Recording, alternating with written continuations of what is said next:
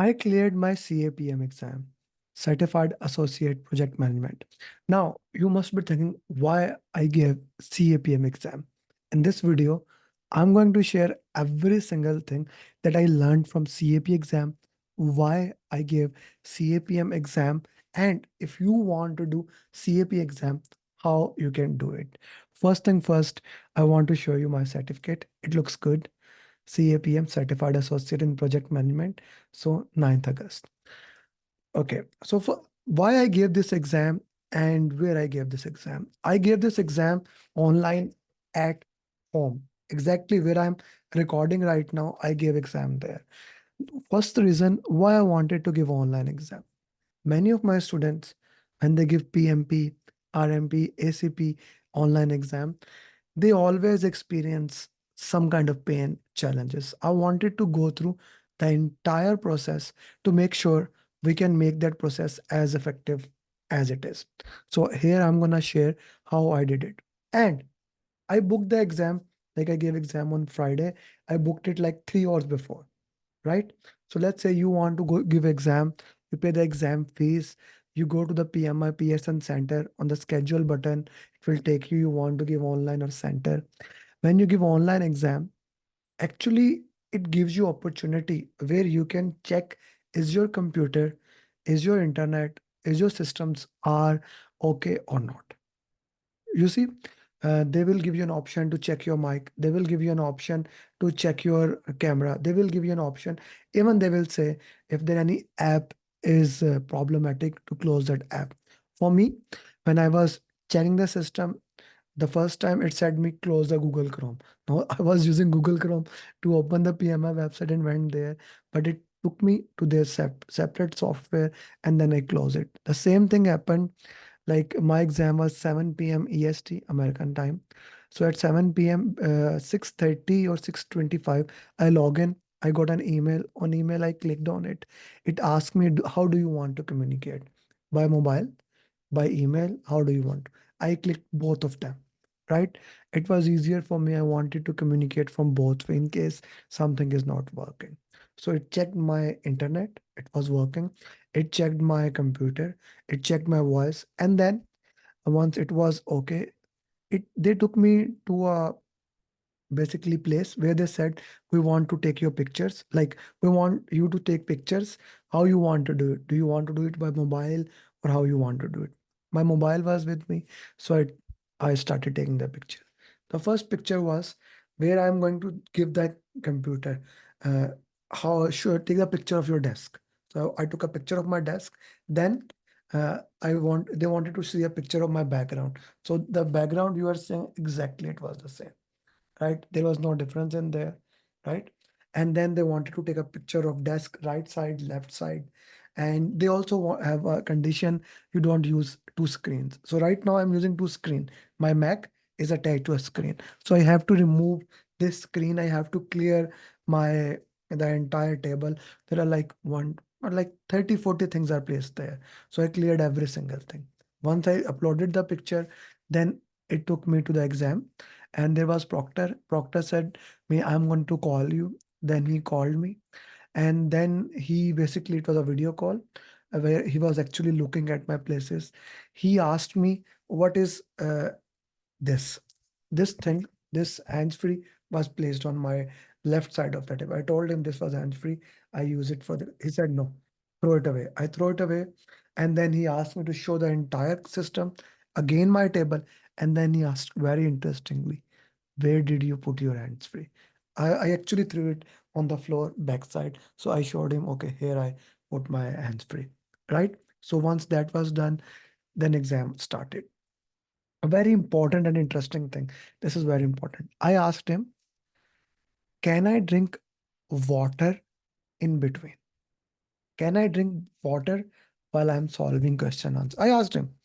And he said, yes, as long as you don't move away from the camera, you can do. Okay. I already knew I should not move my lips. I already know I should not do like this or like this, things like that. Or I should not move away from the screen. So I didn't ask him. I never did that. Right. So I started doing question one, and then there were total 150 questions. Yes, at 75 minute when it was break, so the question asked me, "Do you want to review?" I said, yes, I want to review. I reviewed one or two questions. Then I messaged to Proctor that I want to talk. And then the Proctor changed. It was a female. She asked me, yes. I said, it's break. So can I leave the room? I asked her. She said, yes, you can leave the room. So I went to room. And when I came back, I bring tea with me. This is very important. I bring tea with me. And while in the exam, my tea was placed here. I told her I bought this tea. I'm going to drink them. And then I drink like two waters bottle during the exam. I drink tea. Like for example, this is milk. I'm doing that. I'm drinking water. They have no problem at all. So that was very interesting. I have never heard this thing. So this can actually help, right? And when I give the exam, CAP exam, it asked me in the end, do you want to review? I did. I was tired, to be very true. I did not reviewed it, and it immediately showed me congratulations.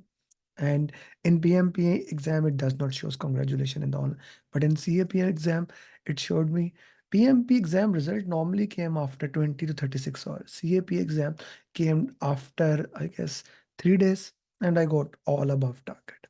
Now, regarding the preparation, many people have asked me, what did you prepare? I don't want to be fancy here. I did not prepare anything. Since I'm a PMP trainer, author, you can see all the books. So I was confident enough that I will clear the exam. I'm PMP, PBA, PGMP, RM, DSM, but I was wrong. I was literally wrong. In the first half of the exam, I thought I'm going to fail in the exam. This was so true that I said, okay, now what should I do? I'm going to fail in the exam, right? And the reason is that the exam is actually a combination of PBA. They consider you as project manager. They consider you as a product owner. They consider you as agile coach and business analyst. Like this is very interesting. You should know all those areas. Plus, there were at least 20 questions directly asking tools and technique. So you should know tools and technique into it. So when I went deep into it and I looked into that, then it became very clear to me that look at if you actually look at exam content outline of CAPM, if you looked at exam content outline of CAPM, then you really understand what is actually happening there. Let me show you exam content outline of CAPM. If I took this has been updated in 2023, it is the most updated. So if you look at that, the exam has domain one, basic concepts, 36%, predictive. It is actually asking you predictive questions. 17, agile. And there were questions about sprint review, retrospective, backlogs, and business analyst. Now that was very interesting. That business analyst mean PBA, 27% of the exam.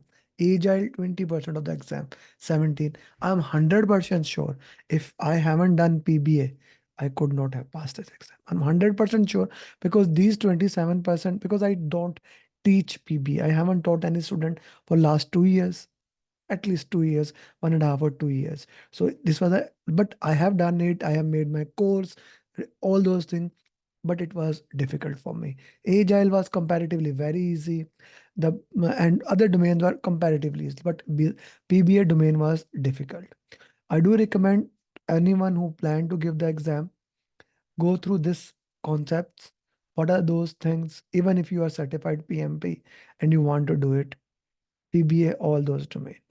Now that's a beautiful thing about CAPM, even if you are doing graduation. Now that's a very interesting part. Even if you are doing graduation, like you're in your sixth semester, seventh, eighth, you can do. You can do CAPM. So for those people who are still graduating, I highly recommend they go for this certification. It will give you an idea of that thing. And we are going to launch a course on CAPM very soon, probably in the month of September. And because I am learning now, because I learned so many things in this certification, I wanted to make sure now this certification become a better thing for those people, or for those people who want to do that.